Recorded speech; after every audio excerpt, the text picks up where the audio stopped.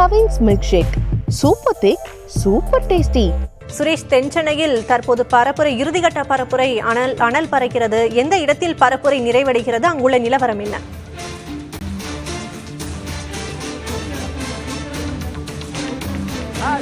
சென்னையை பொறுத்தவரையில் இந்த இறுதிக்கட்ட பிரச்சாரம் என்பது தற்போது நடைபெற்று வருகிறது. அனைத்து அரசியல் கட்சிகளும் அதோட கட்சி தலைவர்களும் பிரச்சாரத்தை மேற்கொண்டு வருகிறார்கள்.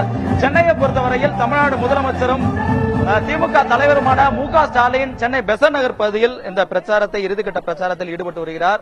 இந்த பிரச்சாரத்தை நாம் பார்த்துக் கொண்டிருக்கிறோம். நமது ஒளிப்பதிவாளர் சந்துரு காட்டிக் கொண்டிருக்கிறார். தமிழ்நாடு முதலமைச்சர் இந்த பொதுக்கூட்டமாக இந்த இறுதிக்கட்ட பிரச்சாரம் என்பது நடைபெறுகிறது. தமிழ்நாடு முதலமைச்சர் கடந்த 22ஆம் தேதி தனது தேர்தல் பிரச்சாரத்தை தொடங்கியிருந்தார்.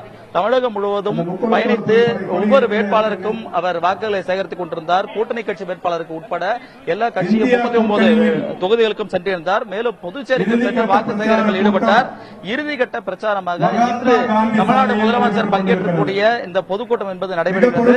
இந்த பொதுக்கூட்டத்தில் மத்திய சென்னை மற்றும் தென் சென்னை வேட்பாளர்களை ஆதரித்து மு.க. ஸ்டாலின் அவர்கள் வாக்கு சேகரிப்பில் ஈடுபடுகிறார். இதில் அமைச்சர்கள் மற்றும் கூட்டணி கட்சி தலைவர்கள் எல்லாம் பங்கேற்றிருக்கிறார்கள். தமிழகத்தை பொறுத்தவரையில் தேர்தல் பிரச்சாரம் இன்று மாலை 6 மணியுடன் முடிவடைய இருக்கிறது. தேர்தல் விதிகளின்படி வரக்கூடிய 19ஆம் தேதி காலை 7 மணி அளவில் தேர்தல் வாக்குப்பதிவு தொடங்க உள்ள நிலையில் இன்று மாலை 6 மணியோடு தலைவர்கள் அனைவரும் பிரச்சாரத்தை இறுதியாக 6 மணியோடு முடித்துக் கொள்ள வேண்டும். அதன் பிறகு தேர்தல் பிரச்சாரத்தில் ஈடுபடக்கூடாது. இந்த விதிகளுக்கு உட்பட்டுதான் அனைத்து கட்சிகளும் ஈடுபட்டு வருகின்றன. தமிழகத்தில் சென்னையில் திமுக தலைவர் பிரச்சாரத்தில் போல சேலத்தை பொறுத்தவரையில் எடப்பாடி பழனிசாமி தேர்தல் பிரச்சாரத்தை இறுதிக்கட்ட பிரச்சாரத்தில் ஈடுபட்டு வருகிறார். பாஜகவை பொறுத்தவரை பாஜக மாநில தலைவர் அண்ணாமலை கோவையில் தேர்தல் பிரச்சாரத்தில் ஈடுபட்டு வருகிறார். இந்த 6 மணிக்கு பிறகு முடிவுரை சிறந்த நபர்கள் யாரும் இந்த தொகுதியில் இருக்கக்கூடாது. அதனால் இந்த இறுதிக்கட்ட பிரச்சாரம் முடிந்த பிறகு அவர்கள் அவருடைய சொந்த ஊருக்கு பயணம் பெற இருக்கிறார்கள்.